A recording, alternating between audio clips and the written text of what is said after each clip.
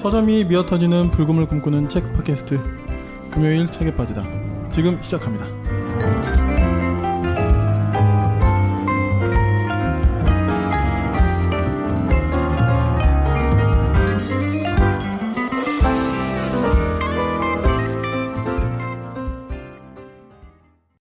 네, 안녕하세요. 저는 불금 PD입니다. 네, 소개해 주시죠. 네, 안녕하세요. 용도사입니다. 네, 오늘은 저희가 좀 특별한 시간을 이제 마련했어요.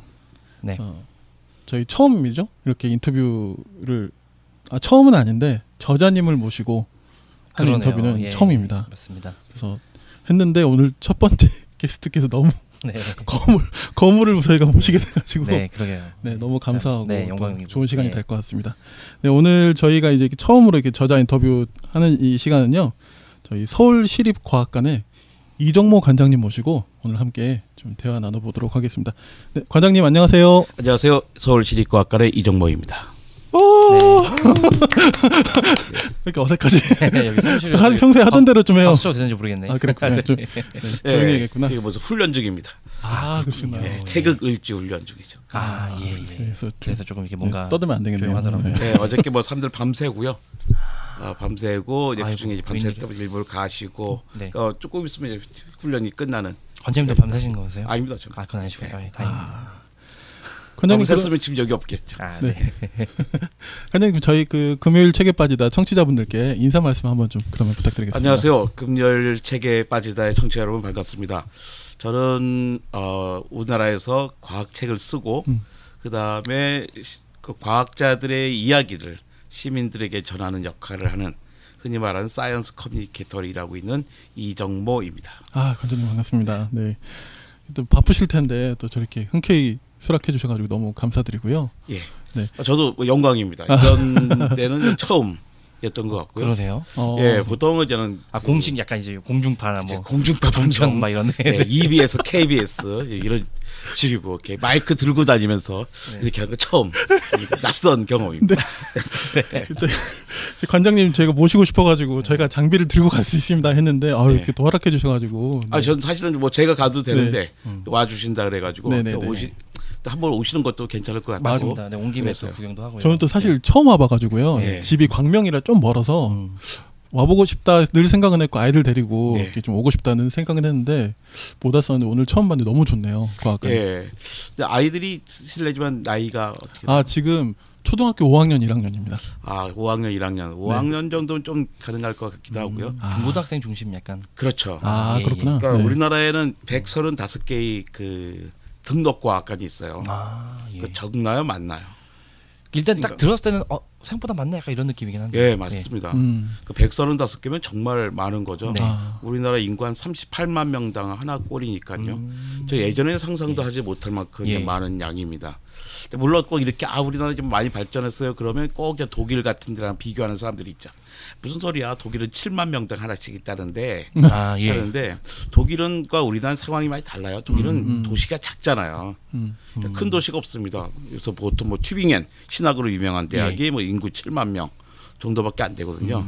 그러니까 그 나라는 인구 7만 명당 하나씩 있는 게 적당한 거고 우리나라는 한 35만 명당 하나씩 있는 게 적당한 것 같아요.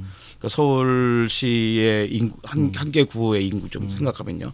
근데 135개 과학관인데 오늘 서울에는 유난히 좀 적은 편이죠. 서울은 훨씬 더 많아야 됩니다. 또 135개 과학관 있는데 다 모든 과학관이 사실은 어린이를 대상으로 하고 있는데 우리 과학관은 어린이가 아니라 청소년 성인을 대상으로 하고 있어요. 그래서 이제 딴 데서 와서 보기엔 이게 뭐야 과학관이 좀 뭐 멋진 전시물이 있는 것도 아니고 뭐 앉아서 뭐 실컷 많이 읽어야 되고 뭔가를 해야 되고 뭐 그래서 약간 낯설게 생각하시는데요.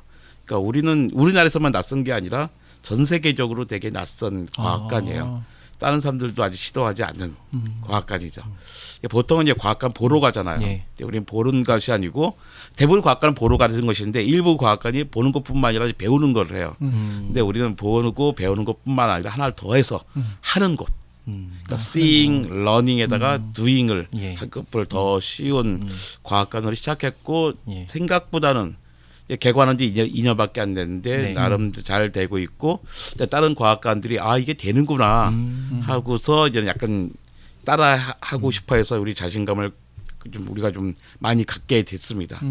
다른 데도 없어요. 그래서 뭐 미국에서도 와서 보고 가고 영국에 와서도 보고 갑니다. 해외에서도. 예, 그 사람들도 이렇게 생각으로만 했다가 감히 못했던 건데, 그러니까 우리가 뭐 특별히 잘나서가 아니라 우리 새로 시작하는 거니까 아무것도 없는 것에서 한번 이제 다른 방향으로 해볼 수 있었던 거죠. 서울시의 약간 철학하고 좀 약간 잘 맞아떨어졌던 것 같아요. 그렇군요. 그러면 이제 처음 세워질 때 이 전체를 디자인하실 때도 관장님께서 좀 이렇게 처음에 장소를 정할 때는 저는 반대했어요. 장소 위치를요? 그다음에 이 건물 디자인도 반대했어요. 근데 그다음에 제가 관장이 되게 됐는데 보통 이제 과학과는 이제 건물 다 지어놓고 전시물 다 만들어진 다음에 교육프로그램 짜진 다음에 사람을 뽑잖아요. 전문가들을. 근데 여기 좀 다른 거꾸로 해가지고 사람을 먼저 뽑았습니다. 그러니까 건물 짓고 있는 동안에 뽑아서 저랑 다른 과학자들 모여서 전시물과 과학 프로그램을 그러니까 먼저 디자인할 수 있었죠. 좀 운이 좋았던 타입인 것 같고 그래서 다른 것도 앞으로 지을 때는 이런 식으로 해야 된다. 과학관이 건물이 아니다. 과학관이 전시물이 아니고 모든 거 마찬가지로 사람이 하는 거니까 사람을 먼저 뽑아서 해야 된다라는 것들 좀 잘해야 돼요. 그래야 다른 사람들이 이제 그렇게 따라 하겠죠. 그러면 2년 동안 좀 뭐 누적 이렇게 방문객 그런 게 혹시 뭐 한 달에 2만 명씩 오고 있어요. 한 달에 2만 명 그러면 사실 또 많은 거 아닐 수도 있어요. 서울에서는. 근데 사실은 뭐 우리가 마음만 먹으면 한 달에 4만 명 정도도 가능할 수 있는데 우리 철학하고 안 맞아요. 왜냐면 우리 과학과는 쭉 지나가면서 볼 수 있는 게 아니라 다 앉아서 해보고, 뭔가를 해야 되거든요. 그러니까 사람들이 많이 오면 그냥 와서 제대로 보이지도 않아요. 이렇게 벽에 붙어 있는 게 아니라 이제 바닥에 책상에 앉아서 테이블을 보면서 해야 되는 게 많기 때문에 그래서 그거 잘 맞지도 않고 또 우리가 하는 건 뭐 진짜 하는 것 중심이기 때문에 많은 사람이 오는 것보다는 적정한 인원이 반복해서 자주 오기를 바라는 거죠. 그리고 또 모든 과학이 우리 과학한테 애들 중심을 하잖아요. 아이들에게 과학 되게 어렵거든요. 근데 부모님들은 되게 많은 분들이 나는 자기는 다 과학을 싫어. 난 과학은 어려워. 뭐 과포자에 수포자에 해놓고선 아이들에게는 다 과학자의 꿈을 키우라 그러는데 아이들에겐 더 어렵습니다. 맞아요. 그러네요. 그러니까 적정한 나이가 있는 것 같고요. 그러니까 아이들은 과학을 좋아해도 무슨 원리를 깨닫고 싶은 게 아니라 무수히 많은 정보들, 많은 지식들을 그냥 스포지처럼 막 뽑아 올릴 때거든요. 근데 그런 것들은 되게 뭐 책들, Y 시리즈 이런 거에 좋은 것 같고 우리 과학과는 좀 차분히 앉아서 뭐 생각을 해봐야 되기 때문에 그래서 이제 많은 사람이 오기보다는 좀 어린 사람이 많이 오기보다는 좀 중고생 이상이 적정한 인원이 와서 좀 고민을 하고 가길 바라죠. 바로 이 전에는 이제 서대문 자연사박물관 계셨잖아요. 그때도 그냥 뭐 이제 갑자기 관장님이 오시고 나서 뭔가 기획에 뭔가 꽃이 돼버려가지고 막 그래서 굉장히 핫하고 그래서 막 책도 나오고 막 그런 걸 저도 이제 본 기억이 많이 나거든요. 또 거기하고 또 여기 많이 달라요. 거기는 일단 박물관이잖아요. 자연사 박물관이야. 주로 기본적으로 보는 거예요. 그러니까 우리가 뭐 진화를 실험해 보는 건 너무나 어려운 거니까 보는 거고 사실 사람이 많이 와도 돼요. 근데 사실 거기도 사람을 많이 주려고 노력을 많이 했죠. 제가 가가지고 한 27만 명 정도였거든요. 이런 관람객이. 그거 38만 명까지 늘렸어요. 근데 늘리는 건 쉽더라고요. 늘리는 건 좀 어려운 게 아닌데 사람들이 많이 오니까 관람객들이 불편해져요. 그러니까 예를 들어서 뭐 8월 15일 날 오신 분들은 다시는 안 오고 싶은 거예요. 그러니까 주차하는데 뭐 2시간 반 이렇게 걸려요. 그러니까 아이들이랑 어머니는 먼저 올라갔는데 아빠들은 2시간 반 걸려서 주차했어요. 그래서 다시는 이제 가기 싫은 게 돼버리는 거죠. 그리고 이제 그다음에 또 애들 같은 경우도 되게 많이 오거든요. 유치원 때부터 많이 와요. 얼마나 좋아요. 공룡 밑에서 사진 찍어 근사하고. 근데 그 38억년이라는 생명의 역사가 아이들에게 너무 긴 시간이어서 감을 잡기가 어려워요. 진화라는 걸 설명하기도 어렵고. 그러니까 초등학교 고학년쯤 돼야지 그 시간과 뭐 진화에 대해서 감을 잡을 수가 있는데 그때쯤 돼서 이제 부모님이나 뭐 선생님이 야 서대문 자연사 박물관 가보자 그러면 선생님이 거기 나 4번이나 가봤어요가 돼버리는 거예요. 거기서 일찍 오는 건 좋은 게 아닌 것 같다는 생각이 들죠. 그래서 거기도 이제 성인 중심의 프로그램들 많이 만들었고요. 그리고 주로 이제 특히 뭐 작가들, 과학자들, 교사들이 커뮤니티가 많이 만들어서 예, 뭐 과학 박물관이 다 할 수 있는 건 아니잖아요. 이제 그분들이 또 다른 이제 일들을 같이 해 나가게 된 거죠. 그러니까 서울시에 있는 과학 커뮤니티가 이제 만들어졌던 거예요. 이게 서부라면 여기 동부 끝이잖아요. 서울시립과학과는 이쪽에서 하나 좀 만들어져야 되는데 아마 시간은 좀 걸릴 겁니다. 네. 우리 청취자분들은 아마 이제 관장님이나 과학 관련된 이런 제가 소개했던 얘기를 아마 들으신 분들 계실 텐데 제가 이어서 그냥 간단하게 제가 오늘 이제 관장님을 이제 섭외도 할 수 있고 그렇게 된 스토리를 짧게 그냥 말씀을 좀 드리는 게 좋을 것 같아요. 네네네. 저는 이제 대학 때 저는 이제 그냥 그 이제 신학을 하려고 했었고 신학을 공부를 하기 위해서 대학을 갔었고 근데 그 대학이 이제 기독교 기반의 신학대학에서 발전한 종합대학이었는데 4학년 4학기 때 사실은 이제 신학생으로 살았는데 되게 영혼 없이 굉장히 별로 공부 열심히 안 하고 그냥 학고 맞고 막 그랬었는데 4학년 2학기 때 이제 과학과 종교의 대화라고 하는 교양 수업이 딱 보이는 거예요. 그래서 뭐지? 해서 이제 그때 수업을 들었는데 네. 그때 이제 이정모 교수님을 만난 거죠. 그때 제 약간 이제 삶에 좀 굉장히 큰 이제 변화였었고 그래서 그 이후에 교수님 그때 수업 방식이 되게 독특했었어요. 지금 생각하면은 사실상 1대1로 그룹별로 약간 뭐라고 해야 되나 뭐 콜로퀴움 약간 이런 방식으로 굉장히 이렇게 또 그때 온라인 이제 어떤 클럽까지 같이 이제 활동 그걸 같이 이렇게 하면서 학생들이 사실상 거의 관리를 해주셔서 그래서 그때 이제 제가 생각했던 어떤 과학이나 이런 선입견 이런 것이 다 부서지고 다 깨지고 그게 벌써 이제 한 10년 정도 지났거든요. 네.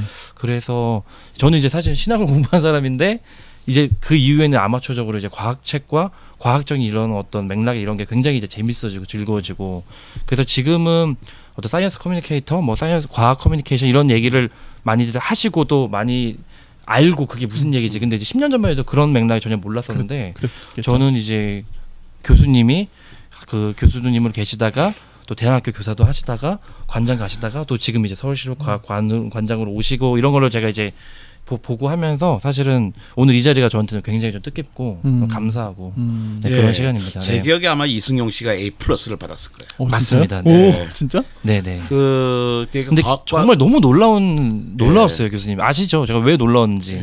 제가 한 학기 내내 교수님이랑 싸웠거든요. 왜? 제가 굉장히 종교적인 그 창조지나 어떤 스펙트럼에서 젊은 지구론이라고 하는 그런 걸 가지고 교수님에게 계속 제가 막 공격하고 막 지금 생각하면 정말 이불킥을 해도 막 수십 번 해야 되는 건데 계속 저에게 대화를 들어주시고 경청해 주시고 그래 뭐 존중해 주시고 그럼에도 또 다른 이게 제안해 주시고 이런 게 저에게는 이게 좀 죄송한 얘기지만 그 전에 다른 교수님들 통해서는 못 겪었던 이게 스승이고 이게 교수님 이런 거를 좀 느꼈었죠. 네. 예. 저도 뭐 비슷한 건데요. 네. 저는 최고의 학생이었어요. 저한테는. 그러니까 되게 도전하고 근데 왜 창조와 진화 이런 이야기들은 되게 그러니까 생경해져서 되게 거칠게 나갈 수도 있는데 되게 그러니까 일단 공부를 충분히 해와요. 그러니까 보통 이제 창조론과 진화론에서의 대화가 있을 때는 대화를 토론을 할 때는 문제가 뭐냐면 창조론 분들이 별로 공부를 안 해와요. 그렇죠, 창조과학을 막 토론한다는데 그 하다못해 창조과학이라는 책도 좀 많이 읽고 와야 되잖아요. 네. 그러니까 진화론자보다도 오히려 창조과학이 잘 모르고 오는 경우도 많은데 일단 공부를 충분히 해오고 그 다음에 반론을 제기할 때도 되게 예의 바르게 되게 예의 바르고 되게 신중하게 논리적으로 하려고 되게 노력했던 것 같고 그 다음에 더 좋았던 거는 쉽게 포기하지 않더라고요. 그 학기가 끝날 때까지도 입장을 바꾸지 않았어요. 네, 끝날 때까지 입장을 바꾸지 않고 야 이만큼 했으면 이제 충분히 바꾸고 말도 됐는데 근데 가른 분이었고 이승용 씨가 그러면서 넌 되게 훌륭한 목사님이 돼 있을 줄 알았는데 그러니까 배신하고 그냥 딴 길을 가고 계시잖아요. 근데 사실은 어떻게 보면 관장님 지금은 약간 신학 커뮤니케이터 약간 이런 거 며칠 다뤄되는지 모르겠지만 저는 사실 그런 쪽으로 좀 활동하고 있다고 생각합니다. 맞아요. 저도 그렇게 보고 있어요. 그래서 저는 되게 좋은 경험이었고요. 저는 스스로 그 대학에서 아주 훌륭한 선생님이었다고 생각해요. 저한테는. 그러다 어느 날 더 이상 내 에너지를 감당하지 못하겠더라고요. 그러니까 새벽에 학교를 갔어요. 새벽에 학교를 가서 아침부터 사람들을 많이 만났어요. 왜냐하면 강의가 있는데 아까 얘기했듯이 그룹별로도 따로 만나고 또 개인별로도 만나고 이런 거 하니까 한 강의가 뭐 15학점이 3학점씩 15주면 45시간을 쓰면 되는 건데 사실은 저는 한 100시간쯤 써야 되는 거예요. 그걸 하려면. 근데 그러고 또 남들은 좋은 선생이다 보니까 사람들이 많이 찾아오는 거예요. 나중에 집에 갈 때는 브레이크를 밟을 수 있는 에너지밖에 안 남더라고요. 그러니까 그거를 그 학교에서는 5년 동안 있다 보니까 이러다가 그만 죽겠다 싶었어요. 올인을 하셨네요. 네, 그래가지고 2년간만 쉬어보자. 2년간만 쉬고 있으면 그다음에 학생들은 더 바뀔 거고 그러면 나는 전혀 다른 모습으로 다른 모습 옛날 모습은 버리고 다른 교수와 같은 그런 모습으로 해야지 했는데 처음 듣는 예, 근데 내가 간다고 또 딴 친구도 군대가 버리는 거예요. 그래서 다시 오겠구나. 다시 만나겠더라고. 그래서 안 되겠다. 그러고 있다가 근데 마침 그때 서대문 자연수방부에서 우연히 관장을 뽑는다는 얘기 듣고서 사표 내고 가버렸죠. 이런 스토리는 처음 듣네요. 근데 또 어쨌든 그런 스토리들이 있었기 때문에 또 어떤 그런 자리가 또 열리신 것도 있네요. 그럼요. 그러니까. 네. 그 저도 많이 배웠어요. 그전에는 난 단순하게 생각했었는데 그 좀 그 학생들과 많이 배웠고 또 거기는 그 다 그런 건 아닌데 그 작은 학교였어요. 학교다 보니까 교수님들끼리 또 커뮤니티 되게 좋았어요. 그래서 거기 좀 그 당시 교양학부장 선생님이 그 외부 자기가 막 외부에서 끌어들여온 선생님을 위한 커뮤니티를 만들어서 자주 만나고 토론하고 이런 거 많이 했거든요. 그러면서 우리끼리도 좀 많이 배우고 그래서 저는 이런 선생님 한 20명만 있으면 학교 한번 바꾸겠다 싶더라고요. 근데 실제로 학교 분위기 많이 바뀌었어요. 그래서 처음에는 약간 좀 어두운 분위기였는데 점점 밝은 분위기로 바뀌어 나가더라고요. 그래서 딱 보니까 대학 교수는 5년만 하면 좋겠다 다들. 5년 동안 쏟아붓고 나가고 또 새로운 선들 와서 쏟아붓고 나가고 이러면 좋겠다는 생각이 들어요. 약간 군복무 같은데요? 그러면 그래서 딱 그다음부터 정한 원칙이 그거예요. 절대 한 군데 5년 아니겠다. 그래서 이제 그다음에 서대문 자연수방부도 4년 반 있었고 여기도 딱 4년만 있을 거고. 그러시군요. 예, 그게 점점 내가 몰입할 수 있는 기간이 그 대학 때만 해도 5년이었는데 점점 조금씩 줄어드는 것 같더라고요. 그래서 이거 인정하자. 네. 그렇군요. 그러시면 그 이후에는 지금 갑자기 문득 그 이후에는 큰 어떤 계획은 없어요. 없는데 현재는 없으시고. 거기에 대한 또 신뢰가 있죠. 그 하나님은 항상 뭘 마련해 주신다. 나는 한 번도 어디에 스스로가 내가 뭐 찾아서 뭐 지원하고 그런 적 없어요. 딱 그때쯤 되면 누군가가 나타났든지 누군 기회가 생기더라고요.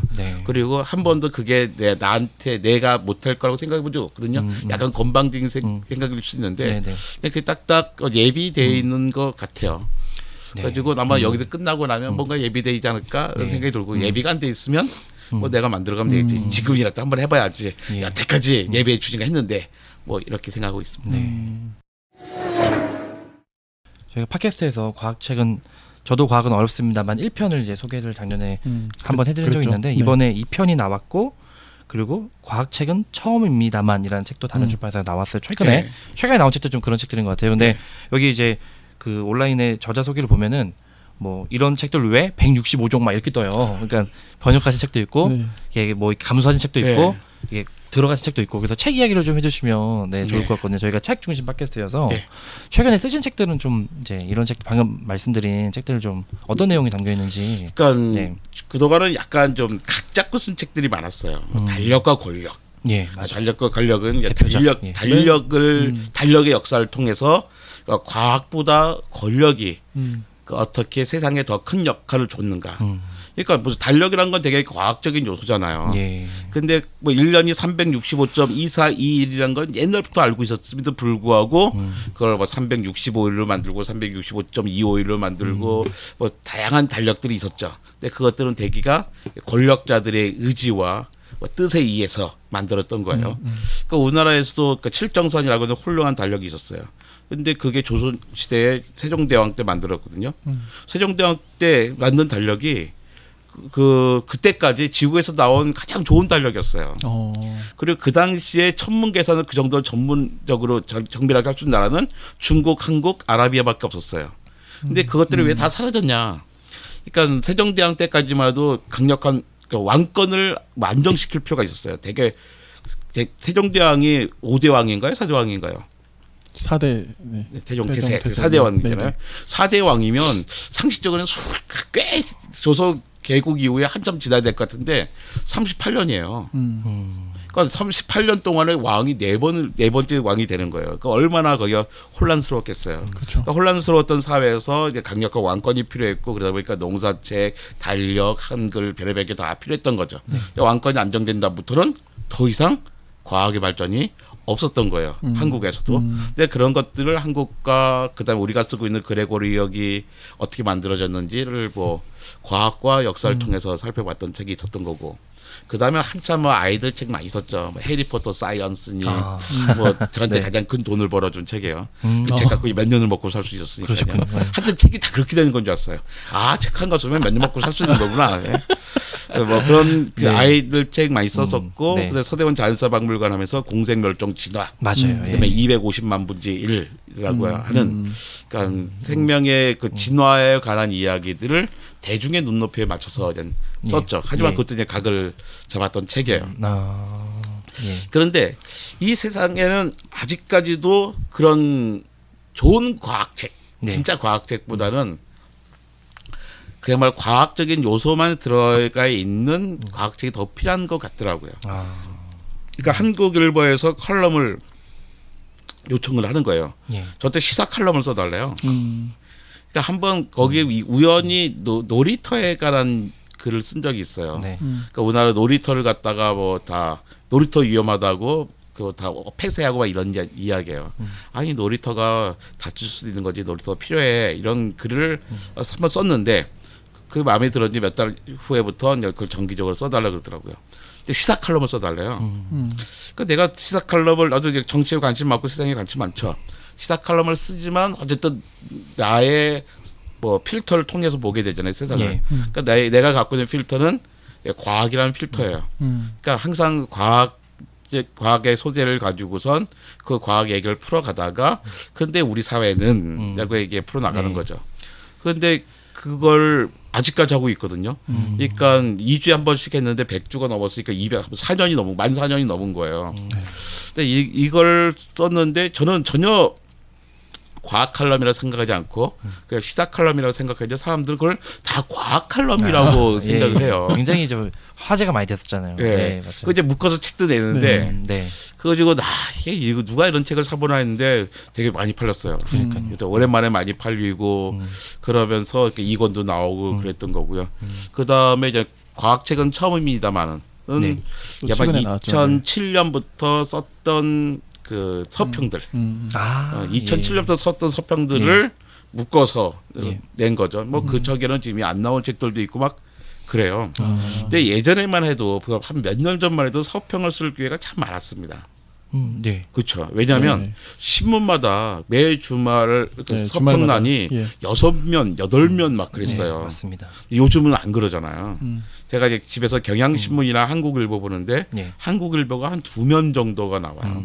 경향신문은 3면 정도의 서평란이 있고 더 놀라운 거는 거기에 5단짜리 광고가 하나도 없던 거예요. 1년 내내 광고 하나도 없이 2면, 3면씩을 매주 만들고 있는 거죠. 신문사에서. 정말 고마워요. 그러니까 신문사들은 원래 광고가 들어와야지 그걸 하는 거거든요. 그러니까 만약에 뭐 경제 면이 많을 수밖에 없는 것은 경제 기사들이 경제 광고가 많으니까 들어오는 것들인데 옛날에는 과학책뿐만 아니라 모든 책 광고들이 많이 들어왔죠. 전면 광고도 있고 5단 광고는 무조건 쭉 깔려 있는 거였어요. 6면 되면 첫 번째 페이지에만 서평란의 첫 번째 페이지만 광고 없고 모든 면에 광고가 있었는데 이런 신문의 영향력이 떨어지다 보니까 신문에 이런 광고를 안 싣고 광고를 안 싣다 보니까 서평란도 점점 줄어들고 있죠.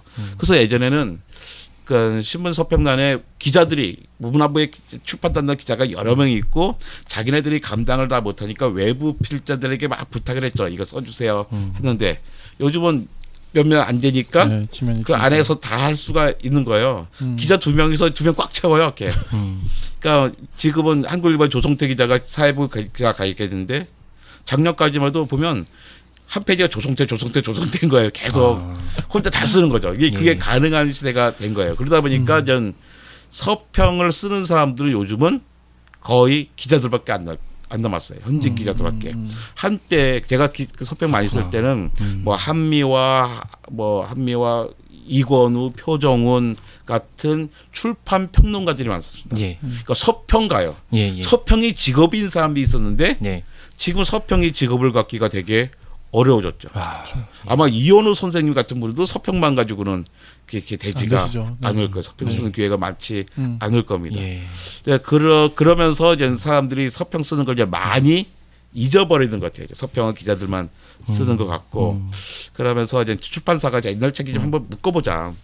왜냐하면 그 책, 과학책을 소개하는 것도 의미가 있지만 서평을 쓰는 것, 서평에 대해서 사람들이 기사가 아닌 서평에 대해서 한번 볼 필요가 있잖아 그런 거죠. 근데 저는 약간 특이한 타입인데 특이한 타입이라기보다는 약간 어처구니없는 타입인데요. 항상 1인칭으로 써요. 서평을. 그러니까 항상 화자가 나야 나. 나는 어릴 때 경험들 뭐 내가 어떻게 읽었다는 거 이렇게. 그 처음에 그게 웃기긴 한데 항상 그렇게 쓰니까 그것도 뭐 흐름이 있더라고요. 그러니까 소설가 김탁한 씨가 그런 얘기를 했어요. 이렇게 1인칭 시점으로 서평을 이렇게 많이 쓴 사람이 있구나라고 하더라고요. 그래서 사람들한테 그 얘기 하거든요. 그러니까 책을 되게 객관적으로 보는 것처럼 이야기하는데 그렇게 막 쓰잖아요. 사람은 그 어떤 사람들 객관적일 수가 없어요. 다 자기의 필터로 보는 건데 무슨 객관적이에요. 근데 그러니까 아예 까놓고 나는 내가 보기에 이랬다라고 하면 되는 것 같아요. 그래서 이 책에는 이러이러한 장점이 있고 근데 이렇게서 난 누구한테는 권할 수 있는데 누구한테는 권하지 못하겠어. 이렇게 하는 거죠. 그러니까 서평 나온 김에 좀 조금만 더 이야기하면 서평을 쓴 자세에서 특히 공부하신 분들은 되게 왜 항상 공정하겠다는 장점이 있으면 단점도 있겠지.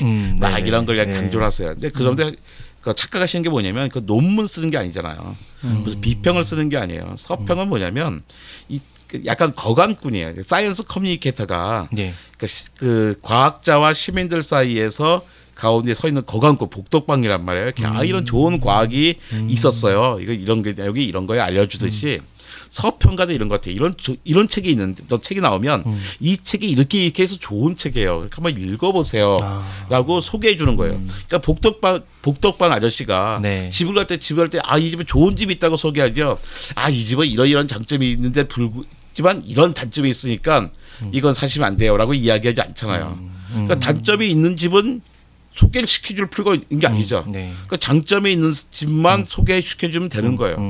그러니까 사람들이 들어가고 싶은 집만. 그러니까 억지로 들어가지 않아도 될 집을 소개해줄 필요, 시켜 소개해주고 그런 일 읽지 마세요 할 필요는 없는 거죠. 근데 제가 되게 아쉬운 게 예전에 많았을 때 신문에 그 교수님들이 서평 쓸 때 실컷 좋은 얘기 하다가 앞에서도 끝까지 거의 끝까지 좋은 얘기하다가 끝에 다만 이런 단점이 있다는 거예요. 그러니까 실컷 이 책 재미있겠네, 읽어야겠네, 난 도움이 되겠네 하다가 끝에 보고선 아닌 것 같은데 이렇게 되는 거예요. 차라리 처음부터 처음에 앞부분이나 중간 부분에 단점을 넣어버리면 이렇게 좋은 책에 이런 단점이 나왔어요. 가지만 이렇게 좋은 책이니까 읽으세요 했으면 좋은데 책을 내려면 경험해보고 있잖아요. 얼마나 출판사와 편집자와 저자가 큰 공력이 들어가야 되잖아요. 그러니까 큰 공력이 들어졌고 겨우 작은 그 소개하는 서평란을 얻었는데 거기다가 그런 걸 쓰면 안 되죠. 그래서 저는 항상 주장하거든요. 나는 오늘도 주례사 서평을 쓴다. 서평은 주례사처럼 좋은 거를 골라서 사람들을 읽게끔 해줘야 된다는 게 그 큰 사명이라고 생각해요. 애초에 책을 고르실 때 그러면 그죠. 마음에 안 들면 있는 건데. 그러니까 서평 쓰지 말아야죠. 그날에 좋은 책을 소개하고 싶은 책을 써야지. 꼭 사라고 하는 책을 써야지. 사도 그만 안 사도 그만 책을 그 외 그 귀한 지면에다가 그걸 써요. 저도 개인적으로 좀 관심이 예전에 있었어요. 요즘은 좀 뜸했는데 서평에 좀 관심이 있을 때가 있었어요. 그래서 그 로자 선생님이 하시는 그 서평 강의도 막 들어보고 이랬었거든요. 근데 로자 선생님 거의 약간 되게 정확하신 분이라서 방금 이야기하신 이제 그런 뭐랄까요, 되게 정확하고 좀 객관성이 담보되는 서평이 필요하다. 저는 어느 정도 좀 동의가 되면서도 이런 생각이 좀 들더라고요. 그 서평이라는 용어 안에 약간 두 개의 시각이 중첩된 것 같은 느낌이 드는 거예요. 그래서 방금 교수님 이야기하신 것까지 좀 참고해 보면 서평과 비평이 좀 구분이 돼야 되지 않을까. 그렇죠. 저는 그런 생각도 좀 들었습니다. 로자 선생님도 딱 달라요. 그러니까 왜 장단을 다 보여줄 때 언제냐면 책 덕후들 잭 덕후들한테 쓰는 글, 잭 덕후들한테는 그 책을 조목조목 분석해서 보여주세요. 네. 그런데 그냥 일반인들에게 보여줄 때는 안 그렇습니다. 그쵸, 그분도 맞습니다. 줄에서 서평 써요. 근데 그분은 저는 사실은 줄에서 서평밖에 못 써요. 분석하고 비평하는 능력이 없는데 로자 선생님은 그걸 갖고 계시지만 자세는 그러니까 상황에 따라 다른 거죠. 그러니까 되게 네. 바람직하신 분이 엑섭의 그 본인의 블로그나 근데 그건 아무나 찾아가는 게 아니잖아요. 그 이미 책 덕후들, 책 맞습니다. 네. 그게 뭐라 그래? 그냥 책을 좋아하는 책벌레들이 보는데요. 근데 거기는 그렇게 해야 되는 거고 그게 아니면은 일반인들에게 줄에서 쓰시는 거죠. 서평 이야기를 되게 많이 하게 되네요. 네. 마케터로서 출판 마케터로서 굉장히 격려받는 약간 이야기. 저는 항상 그런 게 좀 이렇게 많이 좀 신경 쓰이고 그러시겠다. 좀 그런 게 있거든요. 그러네요. 네, 그렇지, 홍보한 사실. 차원에서 좋은 얘기만 하는 거 아니냐. 약간 저 스스로 막 이렇게 좀 찌르고 이런 게 있는데 좀 더 자신감을 좀 얻게 되는 얘기가 좀 되는 것 같아요. 예. 사실 좋은 책이면 너무 고민하지 않아도 되지 않는가. 예. 그런 생각이 그리고 드네요. 어떻게 처음부터 끝까지 다 좋은 책이 있겠어요. 난 도스토옙스키 정말 좋아하거든요. 정말 예. 훌륭한 분인데요. 군데군데 얼마나 지루해요. 다 그 책의 장단점과 그러니까 장점과 단점 그다음에 뭐 기회와 위기들을 다 가지고 있는 거잖아요. 근데 거기서 기회와 장점들을 뽑아내서 보는 거죠. 네. 근데 그것들을 소개시켜 주면 되는 거예요. 왜냐면 많은 분들은 사실은 그걸 안 보여요. 눈에서. 그게 장점인지 모르기 때문에 잘 못 고르는 거거든요. 그래서 일단 많은 분들이 아까 꼭 산책을 다 읽어야 된다 생각하는데 그러면 안 되죠. 일단 책을 사시는 거예요. 책을 사셔가지고 읽어요. 읽다가 재밌고 유익하고 내가 읽으면 끝까지 가는 거고 아니다 그러면 중간에 놔두는 거죠. 그래서 나중에 내가 성장하고 아니면 또 기회가 되면 다시 읽으면 되는 거고요. 그 다음에 책을 처음부터 끝까지 읽을 필요가 분명히 없는 게 소설이 문학이라면 처음부터 끝까지 읽어야겠죠. 그쵸. 근데 문학엔 그래서 뭐가 없으니까 차례가 없잖아요. 문학엔 차례가 없어요. 가끔가다 뭐 차례 장의 제목을 넣은 것도 있는데 사실 의미 없는 거예요. 그러면 문학은 처음부터 끝까지 읽어야 되거든요. 근데 다른 책에 목차가 있어요. 왜 목차가 있겠어요? 제목 그 목차 작은 제목을 보고 자기가 원하는 데만 가서 찾아가서 그 몇 페이지에 몇 페이지부터 뭐가 나오니까 그걸 바라고 있는 거거든요. 책을 처음 보는 사람이라면 처음부터 끝까지 보는 게 필요한데 내가 평생 책을 벌써 한 50권 이상 읽었어. 교과서 말고 그런 사람들이라면 처음부터 끝까지 읽을 필요는 웬만한 책은 없을 거예요. 그럼에도 관장님은 굉장히 정독하시는 걸로 알고 있는데요. 저는 정독하죠. 그러니까요. 정독하고 예. 근데 모든 책을 정독하는 건 아니고요. 근데 제가 이제 워낙에 추천서 많이 쓰잖아요. 네네. 근데 제 문제가 그건데 그러니까 내가 읽고 싶은 책이 쫙 있음에도 불구하고 추천서가 워낙에 많이 들어오다 보니까 근데 추천서 쓰는 책은 그래서 처음부터 끝까지 다 보고 쓰는 게 기본적인 예의라고 생각하거든요. 예. 그런 예의 안 지키는 분들 많긴 한데. 예. 네, 처음부터 끝까지 다 읽습니다. 대비 같은데. 네. 그러니까 예. 다 읽고 하게 되고요. 그 다음에 제가 산 책, 제가 원해서 산 과학책 같은 건 절대로 처음부터 끝까지 읽지 않아요. 왜냐하면 처음부터 끝까지 읽을 책이 적어도 나한테는 없어요.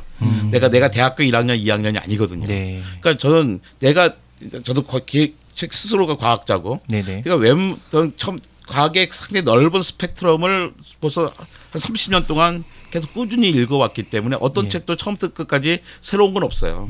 대부분의 책들에서 새로운 건 아주 작은 양밖에 없어요. 그 다음에 있는 것들이 새로운 시각으로 구성되어 있고 새롭게 편집되어 있는 거죠. 그 시각과 편집을 보면서 내 생각을 또 다른 식으로 구슬을 꿰는데 다른 방식으로 꿰는 거잖아요. 예. 일부의 정보를 새로 얻고 구슬 깨는 방법을 새로 정리하는 거거든요. 네네. 그러니까 처음부터 끝까지 다 읽을 필요가 있는 거는 대부분의 책이 아닌 거고요. 근데 제 전공의 안 책들, 뭐 경제학을 책 읽었다. 그것들은 되게 처음부터까지 다 읽게 되죠. 왜냐하면 나한테 필요 없는 부분은 건너뛰려고 그러는데 필요 없는 부분이 없는 것 같아요. 예. 그러니까 아직까지 내가 잘 모르고 그러니까. 그래서 분야에 따라 되게 많이 다르지 않겠어요. 아마 이승용 씨 같은 경우는 신학책은 많이 띄엄띄엄 읽어도 되잖아요. 맞습니다. 예, 예. 예. 비교적 좀 그런 편이죠. 그렇죠. 아 그렇군요. 금요일 밤에는 모두 책에 빠져봐. 풍부한 지식은 오늘 우리의 사냥감. 더 나은 세상이 다가오기를 바라는 그대가 이 시대의 진정한 철학자. 관장님 그러시면 책을 어렸을 때부터 좋아하셨던 거죠? 어릴 때부터 좋아했어요. 근데 어릴 때부터 좋아했는데 책은 없었어요 우리 집에. 예. 우리 집에 있는 책은 국어사전 이승평 국어서 큰 거 하고 밖에 사실 없었어요. 네. 그래서 동생이랑 맨날 그 사전을 보면서 놀았고 조금 지나면 13권짜리 민중서름이 나오는 백과사전이 있었습니다. 근데 백과사전을 읽었어요. 동생이랑 같이. 네, 저도 인터뷰에서 본 적 네, 봤었는데 근데 네. 지금 생각하면 그땐 정말 너무나 아쉬웠거든요. 나도 문학 같은 걸 읽고 싶었었는데 못 읽으니까. 그런데 백과사전을 어릴 때 그때 처음부터까지 거의 다 읽었다고 생각하니까. 그러니까 그 키워드라도 어떻게 들어봤던 것 같고 예. 어쨌든 뭐 그런 게 있었던 것 같고 그 다음에 제가 책을 처음 가져본 거는 저거예요. 약간 중학교 1학년 올라갈 때 초등학교 6학년 겨울방학이죠. 꽃들에게 희망을 첫 번째 책이었어요. 첫 번째 책으로 얻은 게 그 꽃들의 희망을 나보다 5살 많은 이모가 있었는데 그 선물해서 책 되게 이쁘잖아요. 이쁘고 메시지 좋고 그거 정말 열심히 방학 내내 뭐 하루에 2번씩 읽었어요. 그러니까 내 책이 있다는 것 자체가 그렇게 기쁘더라고요. 교과서 말고. 그런데 근데 그걸 방학 내내 읽었는데 더 이상 뭐 재미가 없는 거예요. 예. 근데 이모가 전 문학 소녀여서 막 읽고 싶은 게 책들이 많은데 재밌어 보는 책이 하나도 없어요. 근데 껍데기가 씌워져 있는 그러니까 달력으로 표지를 달린 책이 하나 있는 거예요. 네. 근데 그게 채텔레 부인의 사랑이었어요. 요즘은 채텔레 부인의 연인인데 네. 채텔레 부인의 사랑이었거든요. 좀 읽다 보니까 이게 왜 껍데기에 씌워졌는지 알겠더라고요. 그러니까 내가 경험한 첫 번째 문학책이 채텔레 부인의 사랑이에요. 중학교 1학년 때요. 예. 되게 감동적인 책이잖아요. 예. 그러면서 제가 문학의 세계에 빠져들죠. 야, 문학은 정말 재밌는 거구나. 두 번째 책이 최인호의 별들의 고향이었어요. 최인호. 네. 예. 그리고 조금 있다가부터는 삼중당 문고가 이제 나오기 시작합니다. 삼중당 문고와 배따라기 그다음에 정유정 뭐 이런 책들을 읽게 되죠. 예. 그러니까 처음에는 한국의 옛날 뭐 김동인 뭐 정유정 뭐 이런 사람들을 쭉 읽어 나가다가 비슷한 걸 걷는 것 같아요. 그다음에 뭐 독일 작가들 보죠. 루이제 린저나 아니면 헤르만 헤세나 뭐 30살 누구예요. 뭐 그런 분 읽다가 결국에는 뭐 톨스토이와 도스토옙스키로 가는. 그러니까 얘기를 들어보면 난 거의 모든 사람이 거의 비슷한 코스를 걷는 것 같더라고요. 한국 작가, 독일 작가, 그 다음에 뭐 러시아 작가를 가고. 저희 때만 해도 일본 작가는 경험하기 좀 어려웠었으니까요. 예. 나중에 이제는 일본 작가들 좀 보게 되고, 그다음에 미국 작가들 보게 되고 있죠. 삼중당 문고 전 참 좋아해요. 근데 지금 집에도 저는 한 몇십 권 갖고 있어요. 아직도요. 아직도 기념으로 갖고 있는데 그 시가 얼마나 작은지 옛날에 이걸 어떻게 봤는지 모르겠어요. 그러니까 저희 사실 80년대 세대들은 좀 낯설고 삼중당 문고는 근데 근데 저희보다 좀 전 세대 분들이 꼭 어릴 때 많이 언급하시는 책이 바로 그 삼중당 문고더라고요. 네, 되게. 그러니까 삼중당 문고가 워낙에 그 방대했어요. 양이 방대하고 오로지 문학만 있었고 그다음에 뭐 삼성 문화문고 뭐 딴 데인데 거기에 뭐 철학이고 딴 것도 막 섞여 있고 그러니까 그러다 보니까 뭐 독일 국내계 고함 이런 것도 봤죠. 아유, 얼마나 재미없는지. 그러니까 처음에 그러니까 나름대로 철학책인데 처음에 내가 좀 재미있는 철학책을 읽었으면 어땠을까? 그러니까 나는 되게 운이 좋았던 게 처음에 되게 관능적인 문학을 접하면서부터 문학의 세계에 빠져들어요. 그것도 뭐 계속 관능적인 걸 읽는 게 되지 않잖아요. 그렇죠. 나중에 진짜 문학성 읽게 보게 돼요. 처음에는 어쨌든 그 세계에 들어오는 게 이제 중요해요. 그런데 문학은 그런 식으로 성공을 했는데 운 좋게. 근데 철학은 정말 재미없는 책들만 처음에 쭉 보면서 그러다가 나중에 대학 가서 보니까 하이데거 이런 거 본단 말이에요. 정말 재미없는. 그러니까 하이데거도 자기가 무슨 얘기했는지 몰랐을 거예요. 그러니까 그다음에 또 해겔 보게 되고 뭔가 그러니까 차곡차곡 가게 됐으면 나중에 해겔도 보고 칸트까지 보는데 문제가 없을 텐데 처음에 저 맥락 없이 들어가다 보니까 철학과는 아예 거리가 멀어져 버리죠. 난 그런 게 이제 과학도 비슷한 것 같아요. 근데 사람들이 과학책을 딱 보고 싶어. 난 과학책도 읽어야겠어. 아니 무슨 책 고릅니까 제일 처음에?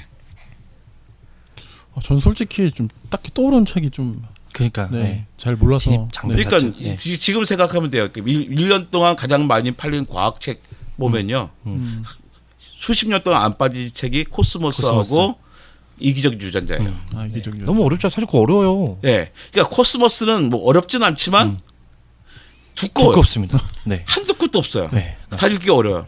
그 다음에 이기적 주제는 터무니없이 어려워요. 네.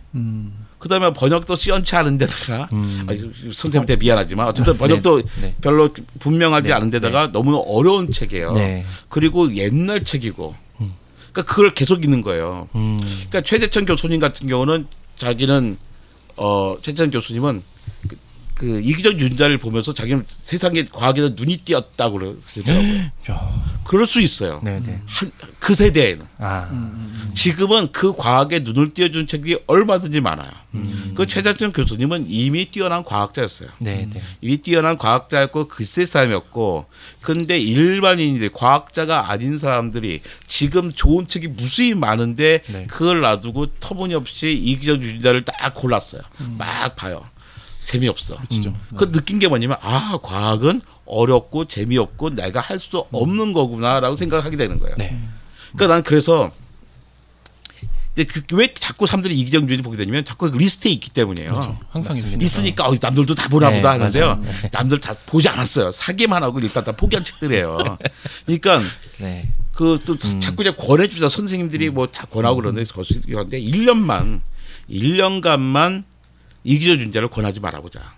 그 리스트에 빠질 거고 네. 그런 사람들이 자연스럽게 더 좋은 과학책으로 시작하면서 자기가 이제 과학책도 자기가 좋아하는 장르가 될 수 있을 텐데 우리 잘못된 거죠. 근데 다른 분야는 되게 왜 좋은 책 리스트들이 많은데, 그러니까 문학 리스트 보세요.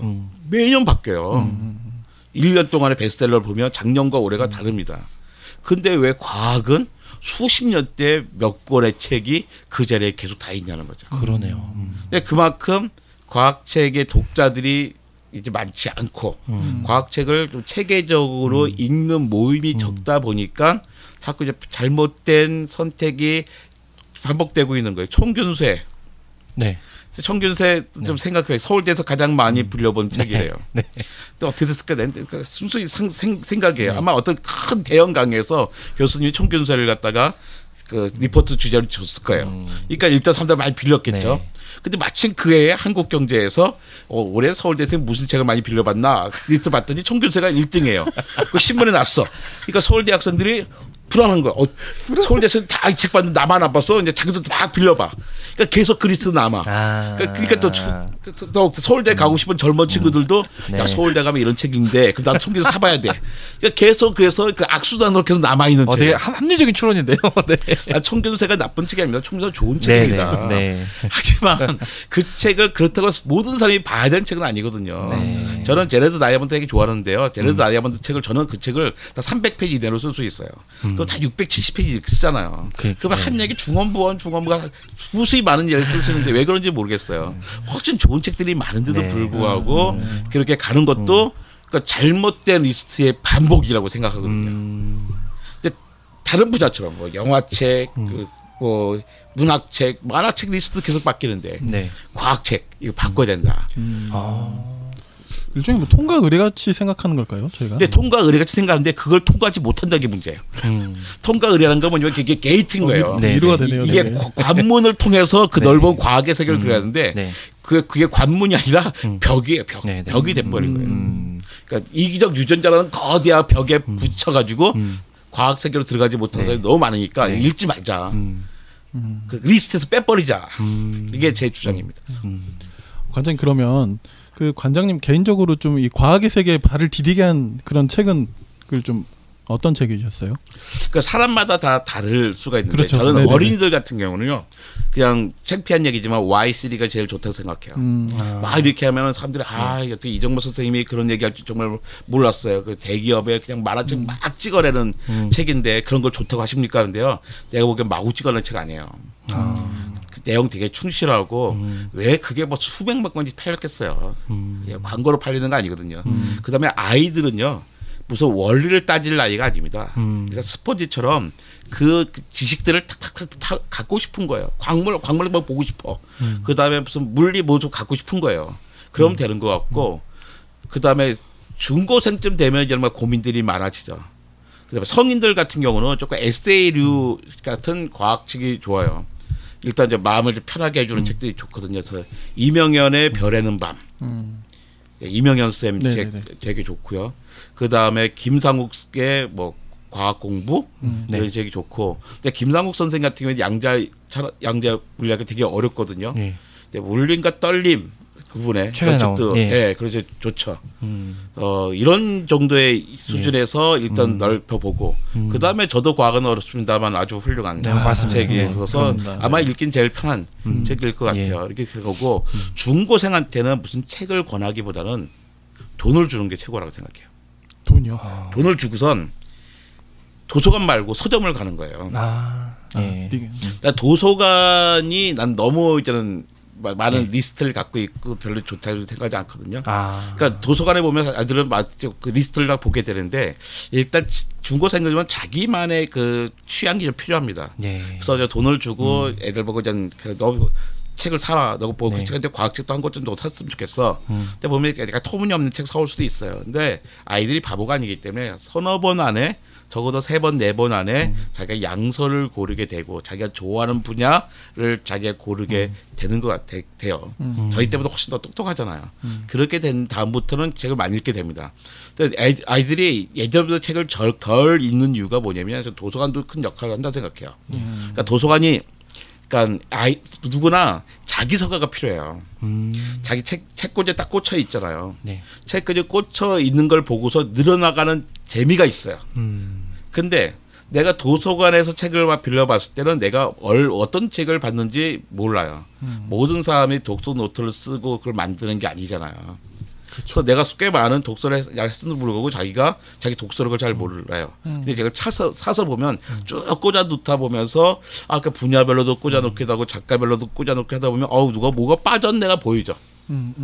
그렇다면 내가 이 부분을 밝혀라. 물리책인데도 고전역학도 받고 전기도 받고 양자역학도 받는데 상대성이 없네? 난 그 상대성을 안 읽었구나. 내 물리 좋아하는데 불구하고 그 상대성에 관한 이론에 관한 책을 자기가 벌써 찾으러 가는 거예요. 그래서 뭔가 꽂혀 있어야 됩니다. 자기한테. 특히 중학교, 고등학교, 대학교 시절까지는 자기의 서가를 가져야 되는 시기예요. 자기의 서가. 네. 그러면서 이제 자기의 그 독서의 수준과 취향, 그 작가를 만들어내는 거죠. 근데 그 다음이 되면 굳이 자기 책이 아니어도 상관이 없는 거예요.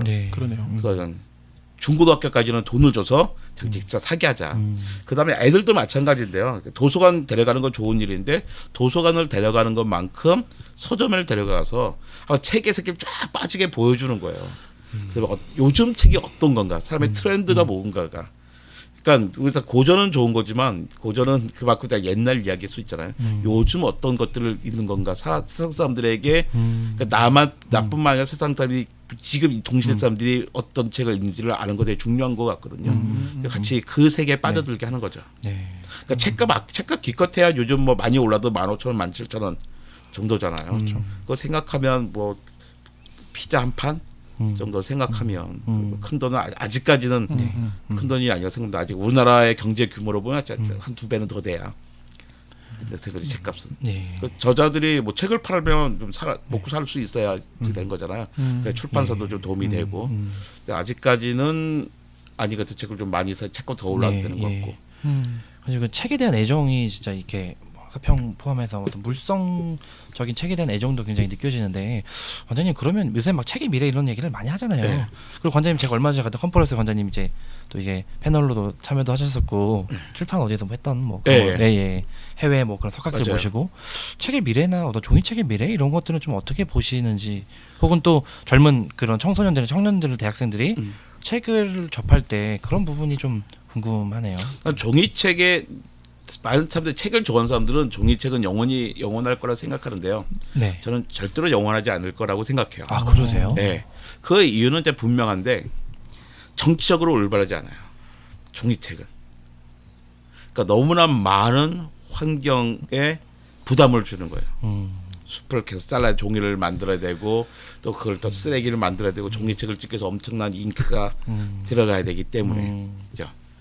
그래서 결국 그 다음에 또 하나가 뭐냐면, 그러니까 책을 보여주는 방식이 지금은 유튜브 엄청나게 많이 보잖아요. 근데 지금은 이렇게 딱 나눠져 있는 거예요. 이렇게 활자 매체하고 영상 매체가 나눠져 있는데 조금 지나면 정반합이에요. 이렇게 영상 매체와 활자 매체가 합쳐지는 시기가 올 거예요. 근데 그거는 되게 왜 뭐 전자책 형태로 표현되는 거죠. 네. 지금 전자책에서는 오로지 활자와 그림만 있잖아요. 네. 하지만 이미 뭐 그 미국에 있는 많은 내가 본 생물 교과서는 그 안에서 그 안에 비디오가 움직여요. 오디오도 있고.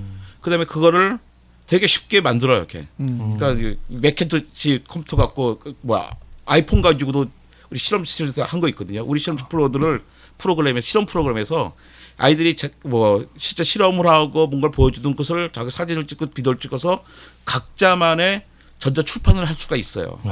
근데 그런 시대가 이미 왔어요. 그러니까 자기가 할 수 있는 방식. 나는 이런 식으로 전자 출판을 하는데 내가 갖고 싶은 것도 이제 그런 식이 많이 되겠죠. 그리고 그게 되게 이제 우리는 많은 정보가 있기 때문에 그 정보를 다 머릿속에 둘 수가 없잖아요. 내가 갖고 좋은 게 난 이거더라고요. 그러니까 예를 들어서 그 공룡 화석을 캐러 갈 때 커다란 그 매뉴얼 그 목록을 갖고 너무 힘든 거예요. 근데 아이패드 넣어가면 너무나 간단하잖아요.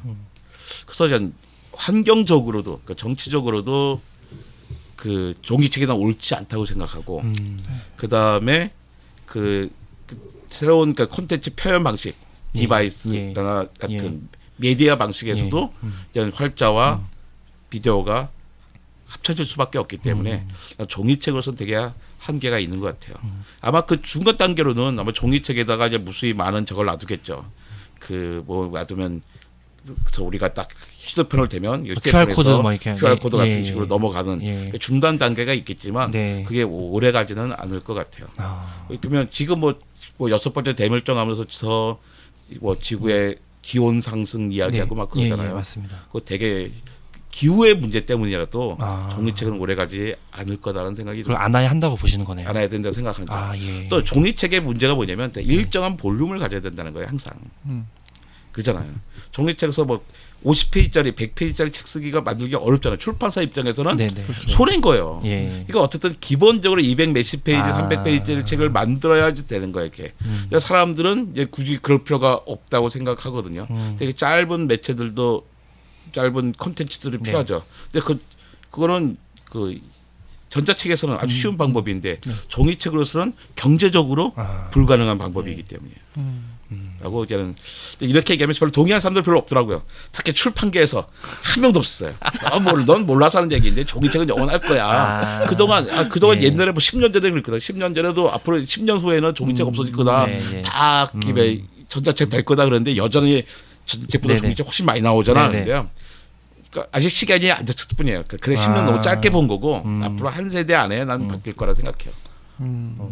근데 조금 다른 차원에서 얘기해 주신 것을 저는 좀 설득이 되려고 그런 것 같은데. 네. 그리고 이제는 문제가 뭐냐면 책이 많아지니까 못 찾겠어요. 책을 무슨 책이 있고 한지. 네. 그 제가 얼마 전에 그러니까 15년 만에 이사를 하면서 책을 2,500권을 버렸어요. 네. 이책 볼 때 난 이거 못 버려 그랬는데 지쌤이 그러더라고요. 인간적으로 10년 동안 한 번도 빼보지 않은 책은 버리잖아요. 그 집에 15년을 살았거든요. 15년을 살았는데 책을 10년 동안 손을 한 번도 안 댄 책은 무조건 버리자. 앞으로 10년도 안 볼 거다. 그게 어떤 가치가 있는지 상관하지 말자. 근데 정말 내가 그러니까 대학 때 봤었던 애정 가는 책들인데 버렸어요. 버리고 나니까 시원하더라고요. 그 집에다가 책 총량제를 해놨어요. 이렇게. 그러니까 그 거실이 꽤 큰데 그 양쪽 거실이 딱 책장이에요.